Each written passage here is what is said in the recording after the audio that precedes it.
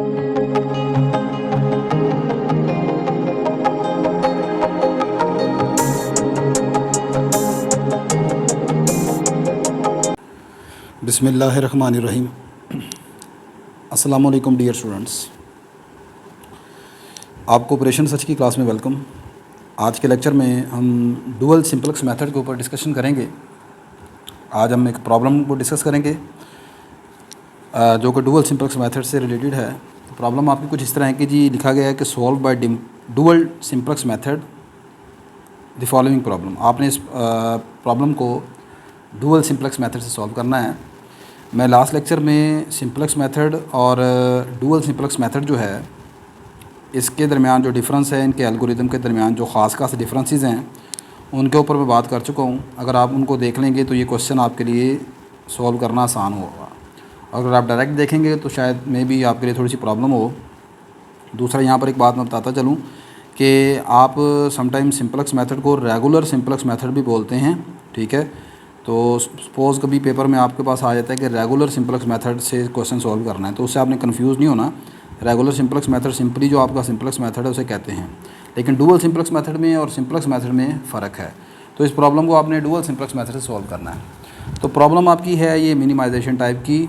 आपने इस फंक्शन को मिनिमाइज़ करना है। ये 3 कॉन्स्टेंट आपको दे दिए गए हैं। कैसे करेंगे आपको मैंने लास्ट लेक्चर में बताया था, मतलब जिसमें मैंने सिंपलेक्स और डुअल सिंपलेक्स मेथड के मुताबिक बात की। मैंने आपको ये बताया था कि आपका जो डुअल सिंपलेक्स मेथड है ये मैक्सिमाइजेशन टाइप की प्रॉब्लम को सॉल्व करने के लिए इस्तेमाल होता है। मतलब क्या है कि ये नहीं कि अब ये मिनिमाइजेशन के तो सॉल्व नहीं होगी, इसको हम मैक्सिमाइजेशन टाइप की प्रॉब्लम में कन्वर्ट करेंगे, ठीक है। कन्वर्ट करने के बाद उसे हम सॉल्व करेंगे डुअल सिंपलेक्स मेथड से, सही है। तो मैंने लिखा as the given problem is of minimization type, so we convert it into standard form में कन्वर्ट करेंगे and change the sign of first constant into less than equal sign. चूँकि आप जानते हैं कि मैक्सिमाइजेशन टाइप की प्रॉब्लम में बदलना है, तो आपके पास मैक्सिमाइजेशन टाइप की प्रॉब्लम में जो तमाम कांस्टेंट के जो साइन होते हैं वो लेस देन इक्वल के साइन होते हैं।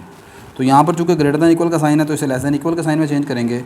अब ये लेस देन इक्वल के साइन में चेंज किस तरह होगा, आप जानते हैं कि इस पूरी इनक्वालिटी को -1 से मल्टीप्लाई करवा देंगे तो ये चेंज हो जाएगा। अच्छा, अब उसके बाद आपने ये रिजल्ट भी पढ़ा हुआ है कि जब आप मैक्सिमाइजेशन टाइप की प्रॉब्लम में से कन्वर्ट करेंगे तो आपका जो मैक्सिमाइजेशन टाइप का ऑब्जेक्टिव फंक्शन बनेगा मैक्सिमाइजेशन टाइप का, उसको मैं यहाँ पर z डैश से डिनोट कर रहा हूँ और वो उसका फार्मूला होगा मिनिमम ऑफ -z। यानी कि आपका ये जो ऑब्जेक्टिव फंक्शन है इसमें जो z है इसको आप माइनस से मल्टीप्लाई करवा देंगे, ठीक है। और वो जो फंक्शन बनेगा वो आपका मैक्सिमाइजेशन टाइप का ऑब्जेक्टिव फंक्शन बन जाएगा। तो इसको आप -1 से मल्टीप्लाई करवा दें, आ जाएगा -2x1 -2x2 -4x3। तो यही सारा मैंने लिखा है और ये हमारा ऑब्जेक्टिव फंक्शन है जिसको हमने मैक्सिमाइज़ करना है।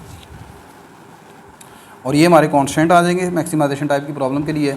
इसमें आखिरी 2 कांस्टेंट तो वही हैं क्योंकि इनमें एज इट इज़ पहले लेस देन इक्वल का साइन था, बस पहले वाले कांस्टेंट को मैंने चेंज किया है। वो आपको मैंने बता दिया कि पहले कांस्टेंट में ग्रेटर देन इक्वल का साइन था तो मैंने -1 से उसे मल्टीप्लाई करवा दिया, ठीक है।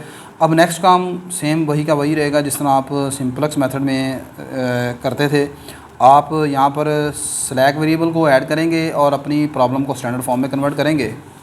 Now we will convert the given problem into standard form. So maximization of z dash, यानी कि इसमें क्या किया, सिंपल मैंने दोबारा अपना ऑब्जेक्टिव फंक्शन लिखा है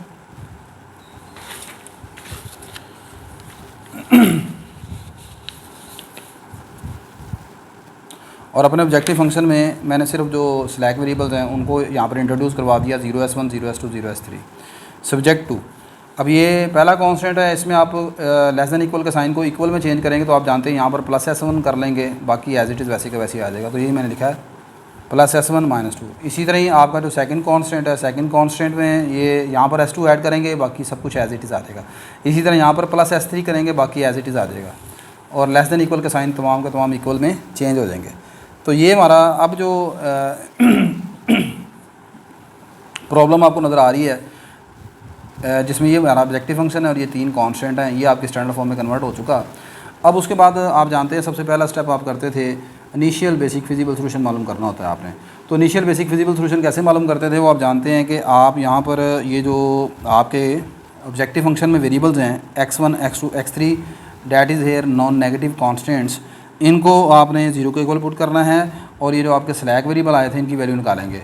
तो x1 x2 x3 को आपने 0 के इक्वल पुट कर दिया यहाँ से S1 की वैल्यू -2 आ गई, यहाँ से पुट करेंगे सबको तो S2 की वैल्यू 3 आ जाएगी, यहाँ पर X1 X2 X3 को 0 पुट करेंगे तो S3 की वैल्यू कितनी आ जाएगी, 5 के बराबर आ जाएगी। सही है, तो ये S1 S2 S3 जो है वो ये तमाम के तमाम आ गए। लेकिन अब अगली बात, अब प्रॉब्लम ये है कि ये आपके पास जो डुअल सिंपलेक्स मेथड होता है ना, उसमें मैं अभी खैर आपको इंपॉर्टेंट चीज़ आगे जाके बताता हूँ। आप गौर करें कि यहाँ पर जो स्लैक वेरिएबल है ये है नेगेटिव यहाँ पर, ठीक है। अब ये नेगेटिव आना ही आना था, क्यों नेगेटिव आना था, आपने असल में ख़ुद से अपने पहले कांस्टेंट को आपने ख़ुद से माइनस से मल्टीप्लाई करवा के लेस देन इक्वल में चेंज किया है, यानी कि जैसा कोई ज़बरदस्ती नहीं करते। आप जानते हैं एक्चुअली जब हम रूटीन में जो रेगुलर सिंपलेक्स मेथड होता है उसमें आप क्या करते थे, आपको याद होगा, यहाँ पर जब ग्रेटर देन इक्वल का साइन होता था तो इसको जब हम चेंज करते थे तो उसमें एक तो सरप्लस वेरिएबल माइनस करते थे और साथ ही आर्टिफिशियल वेरिएबल ऐड कर लेते थे।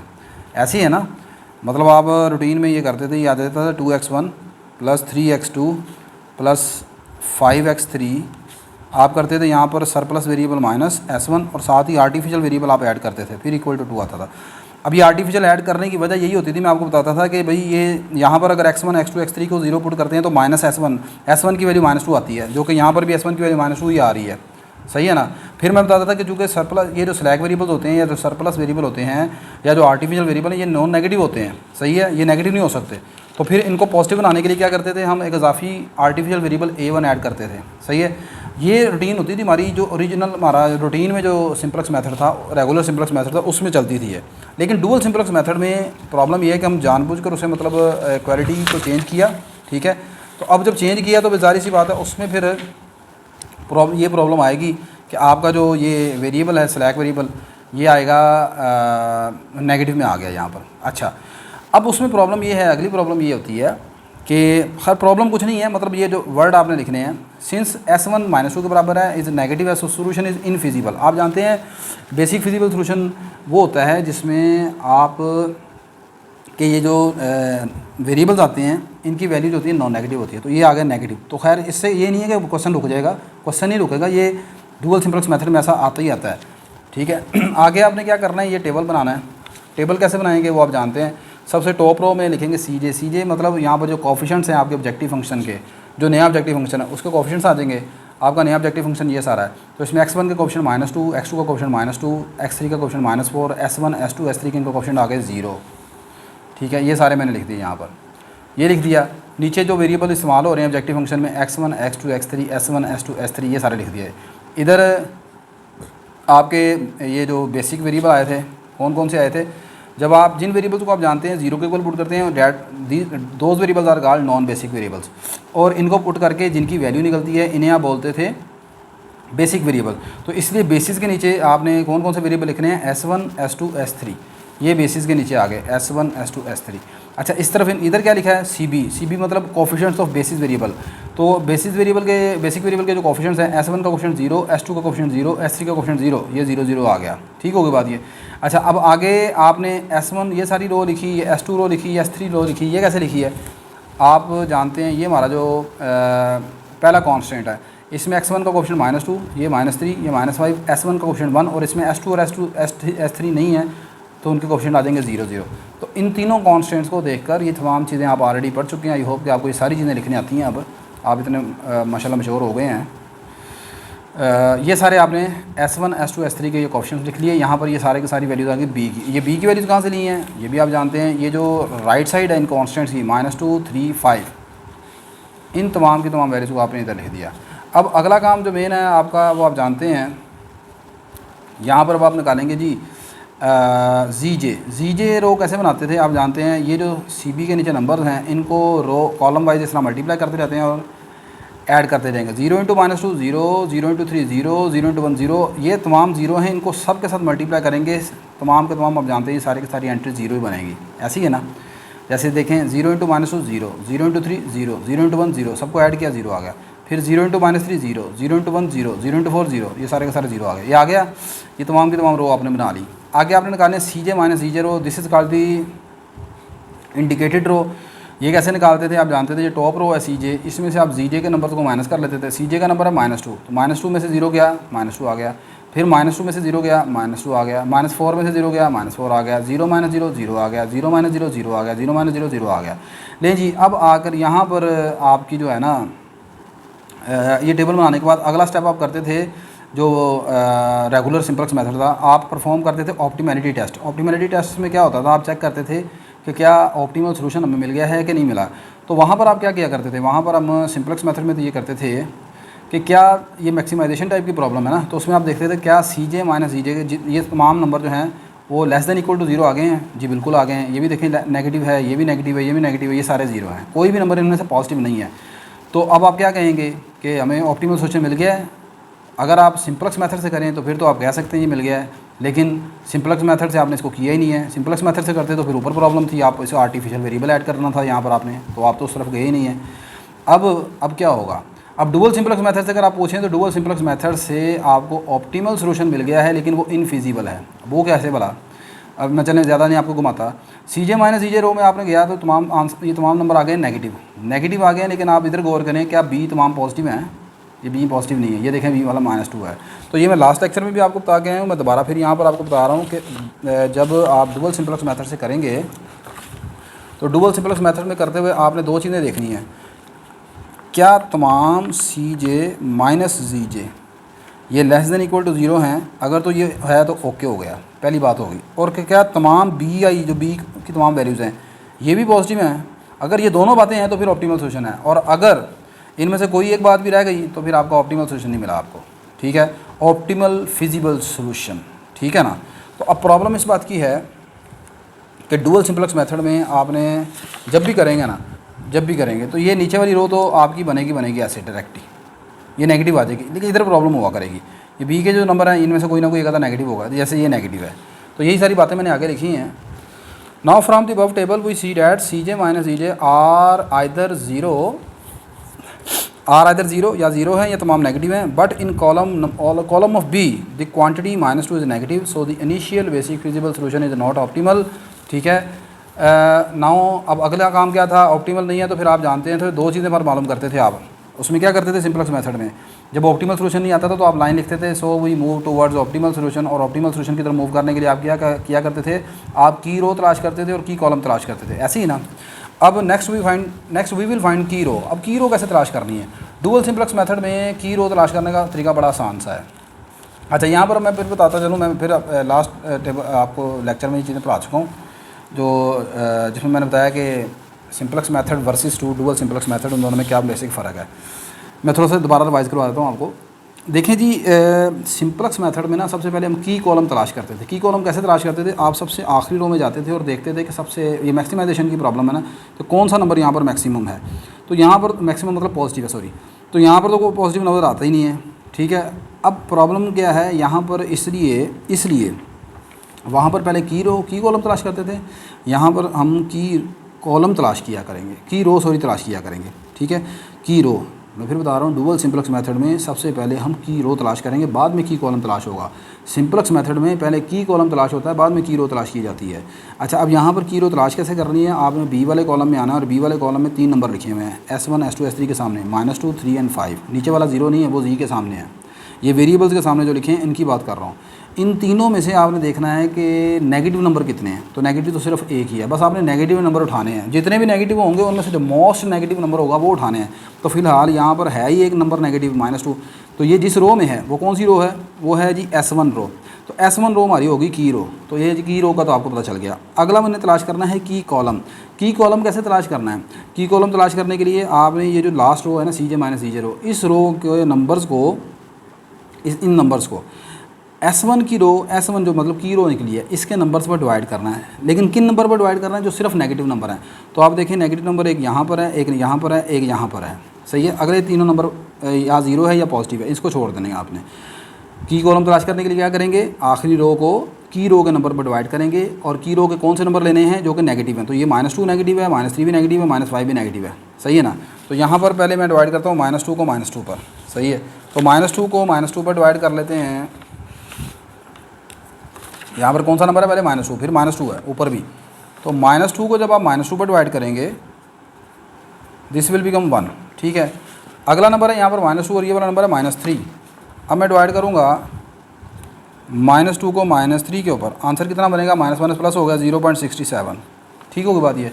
अच्छा फिर ये -4 है और ये -5 है, तो -4 को -5 पर डिवाइड किया, आंसर कितना बन गया 0.80। अब आप बताओ ये तीनों रेशोज में से जो सबसे कम से कम मिनिमम रेशो है, लीस्ट रेशो वो कौन सी है, ये वाली रेशो है 0.67। और ये किससे बनी थी, ये जब आपने -2 को -3 पर डिवाइड किया था। इसका मतलब x2 जो है हमारा की कॉलम है, क्या है, की कॉलम है।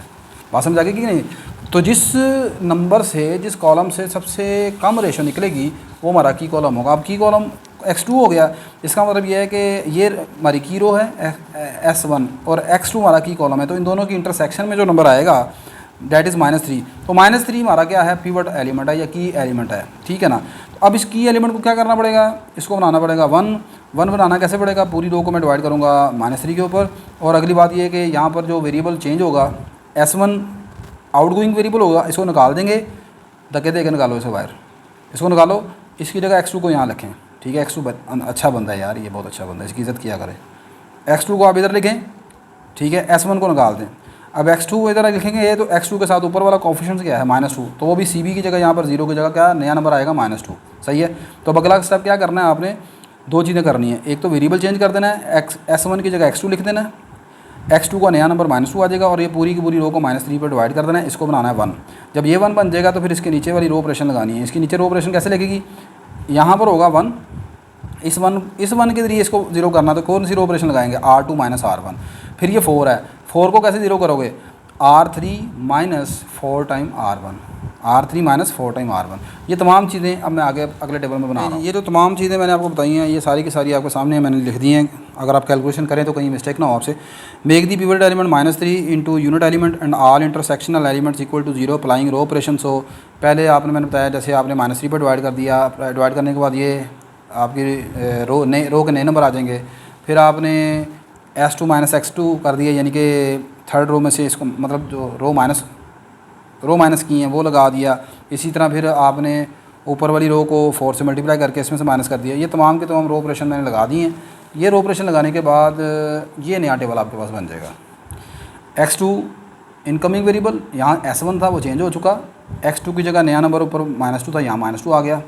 रो ऑपरेशन लगाने के बाद 1 2 3 ये आपके पास नया इतना हिस्सा आ गया। ठीक है, अब अगला काम क्या करना है वो आप जानते हैं। सबसे पहले आप निकालेंगे जीजे कैसे निकालते थे, आप इन नंबर्स को इन नंबर्स के साथ मल्टीप्लाई करते थे, ये लिख दिया -2 इंटू -2 -4/3। नीचे वाले देखो जी, नीचे वाले दोनों हैं 0, इसका मतलब क्या है, इससे आपको कैलकुलेशन में ज़रा सूरत हो जाएगी। यहाँ पर दोनों 0 होने का मतलब है जब आप इन सबको 0 से मल्टीप्लाई करेंगे ये 0 हो जाएंगे, तो इसका मतलब आखिरी दो रो को तो छोड़ देना, आप इनको भूल जाएँ, ये 0 से मल्टीप्लाई होकर ख़त्म हो जाएंगे। बस ऊपर वाली रो को -2 से मल्टीप्लाई करें और जीजे का नंबर लिखते जाएँ। -2 into 1 -2 -2 into 5/3 -10/3 -2 into -1/3 2/3 -2 into 0 0 -2 into 0 0 -2 into -2/3 -4/3, ये बी की वैल्यू आ गई। अगला काम CJ - CJ रो निकालेंगे। CJ की वैल्यू टॉप वैल्यू है -2 में से -4/3 निकाला, ये आ गया आपके पास -2/3। ठीक है, आगे आपने निकाला -2 और ये +2 हो जाएगा, 0 हो जाएगा आपके पास ये। इसी तरह ही आप निकालेंगे -4 और +10/3, ये आपके पास आ जाएगा जी -2/3। ले बेटा, ये आपके पास आ गई तमाम की तमाम एंट्रीज CJ - CJ रो की। लास्ट में मैंने लिखा since all elements in CJ - CJ row are either 0 और नेगेटिव एंड आल्सो बी के तमाम नंबर जो आप देख लें, बी के तमाम नंबर, ये बी के 3 नंबर हैं 2/3 7/3 7/4 7/3 सॉरी, ये तमाम के तमाम पॉजिटिव हैं। सो सोल्यूशन आपको ऑप्टिमल मिल गया है। ऑप्टिमल सोल्यूशन मैंने बताया था कब मिलेगा आपको, जब आपको दोनों बातें पूरी हो जाएं। कौन सी दोनों बातें, CJ - CJ less than equal to 0 आ जाए और BI भी तमाम 0 से बड़े हों, पॉजिटिव हो जाएं। ठीक है, तो ये तमाम पॉजिटिव आ गए, तो सोल्यूशन आपको ऑप्टिमल मिल गया। And optimal value to the original variable is, अब ऑप्टिमल वैल्यू ये जो जीजे की वैल्यू निकली है -4/3, ये किसकी वैल्यू निकली है, आपने प्रॉब्लम सॉल्व की है मैक्सिमाइजेशन जेड मैक्सिमम, तो मैक्सिमम वैल्यू ऑफ जेड निकला ये -4/3, लेकिन हमें मिनिमम वैल्यू ऑफ जेड चाहिए ना। हमारी ओरिजिनल प्रॉब्लम थी मिनिमाइजेशन टाइप की। देखें जी, यहाँ पर ये हमारी ओरिजिनल प्रॉब्लम है, आपने करना है इसको मिनिमाइज़।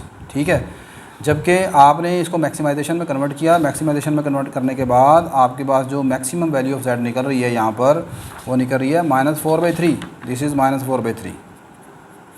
तो आपकी जो मिनिमम वैल्यू ऑफ जेड आएगी वो क्या आएगी, आप जानते हैं कि कैसे निकालते हैं। इस वैल्यू को माइनस से जस्ट मल्टीप्लाई कर देंगे तो वो आ जाएगी आपके पास +4/3, ठीक है ना। क्योंकि आप जानते हैं ये थ्योरम z की मैक्सिमम वैल्यू बराबर है मिनिमम वैल्यू ऑफ z, ठीक है। इसी तरह ही z की मिनिमम वैल्यू अगर आपने निकालनी है तो वो बराबर है मैक्सिमम वैल्यू ऑफ z के बराबर, ठीक होगी बात क्या नहीं। बस ये रिज़ल्ट आप इस्तेमाल कर सकते हैं। तो ये जनाब आई होप कि आपको समझ आया होगा। आसान सा लेक्चर है, कोई मुश्किल चीज़ नहीं है, ठीक है। अगर आपने सिंपलेक्स मेथड पढ़ा हुआ है तो ये डुअल सिंपलेक्स मेथड बड़ा आसान है। हाँ, इन केस अगर आपने सिंपलेक्स मेथड नहीं पढ़ा, डायरेक्ट डुअल सिंपलेक्स मेथड देख रहे हैं तो फिर आपके लिए प्रॉब्लम हो सकती है। फिर आप उन चीज़ों को पहले देख लें जाकर। तो आई होप कि आपको वीडियो अच्छी लगी होगी। लाजमन लाइक कर लीजिएगा, शेयर कर लीजिएगा। इंशाल्लाह नेक्स्ट लेक्चर में आपसे दोबारा मुलाकात होती है। अल्लाह हाफिज़।